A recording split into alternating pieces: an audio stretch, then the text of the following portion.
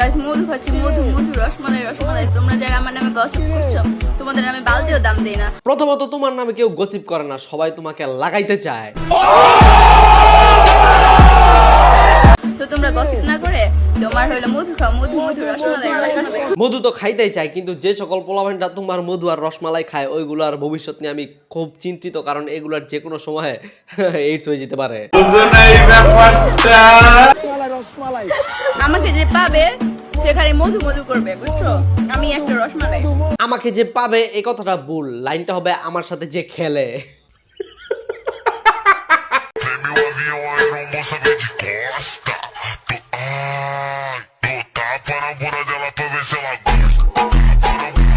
বাংলাদেশের একমাত্র মেগি যে নাকি তার নিজের ভাইরাল লিঙ্ক সে তার ইনস্টাগ্রামে আপলোড করে সেটা আবার পিন করে রেখেছে, আর সে তার ইনস্টাগ্রামের বায়োতে সহ বিভিন্ন স্টোরিতে লিখে রাখছে ভিডিও কলে সবকিছু 1500 টাকা আর অডিও কলে 500 টাকা।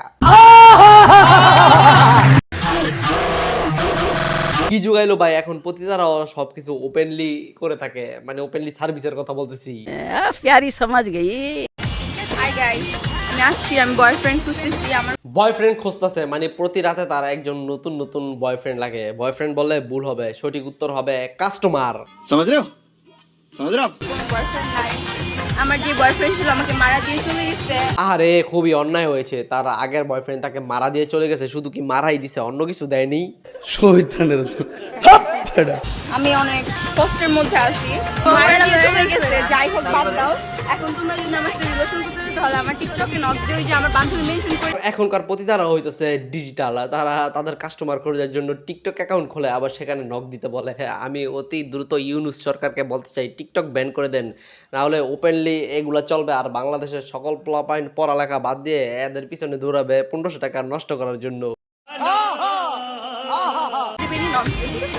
ওকে ডান, গুয়া মারার জন্য ওকে সবাই মেসেজ দিও। ওকে গাইস, কদিন পর পোলাপাইন রাস্তায় আন্দোলন করবে যে 1500 টাকায় 1 শট চলবে না, চলবে না, 300 টাকায় 1 শট দিতে হবে। हाय हाय इतना सुकून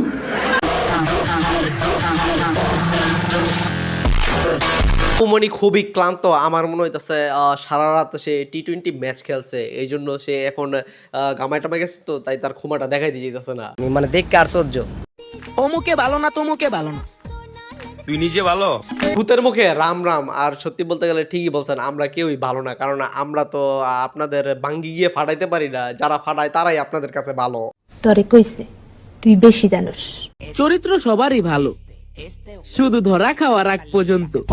চরিত্র এইটা আবার কি? হ্যাঁ, যারা নাকি প্রতিদিন প্রতি রাত কক্সবাজার ট্যুরে যায় আইফোন পাওয়ার উদ্দেশ্যে, তাদের বাঙ্গি ফাটায় আসে, তারা আবার চরিত্র নিয়ে কথা বলে, এটা একদম হাস্যকর।